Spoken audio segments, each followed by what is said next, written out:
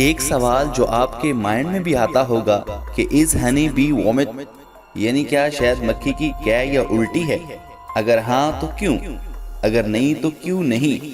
आज की इस वीडियो में इस रिसर्च को देखेंगे। So let's begin. मगर उससे पहले नए आने वाले तमाम दोस्तों से दरख्वास्त है कि एनिमल्स वैली को सब्सक्राइब करते हुए साथ बेल के आइकन को जरूर दबा दें। शहद की मक्खियां फूलों से रस चूस कर अपने हनी स्टोमिक में स्टोर कर लेती हैं। ये जगह रस को स्टोर करने के लिए ही बनी होती है।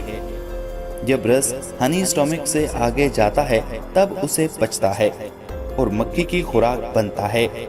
लेकिन जब ये हनी स्टोमिक में रहता है तब इसी पर रस से शहद बनाने वाला प्रोसेस शुरू हो जाता है।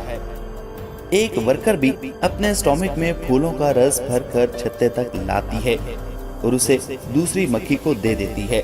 फिर वो मक्खी उससे रस से शहद बनाने का प्रोसेस करती है और फिर अगली मक्खी को दे देती है।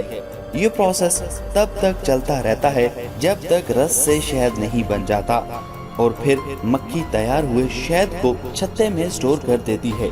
लेकिन इसमें अभी भी पानी की थोड़ी बहुत मिकदार होती है जिससे शहद खराब हो सकता है। इसलिए मक्खियां वहां बैठकर अपने पंख फड़फड़ाती हैं जब तक शहद का जरूरत से ज्यादा पानी सूख नहीं जाता। इसके बाद शहद को स्टोर करके सील कर दिया जाता है। अब ये आप पर है कि आप शहद को क्या मानते हैं।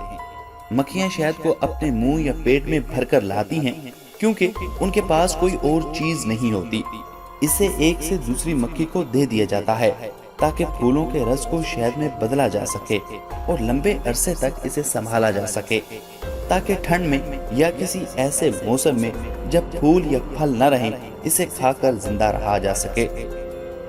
ये वैसा ही है जैसे हम दूसरी चीजों को सीजनल फैक्ट्री में स्टोर करके फ्यूचर में इस्तेमाल करने के काबिल बनाते हैं।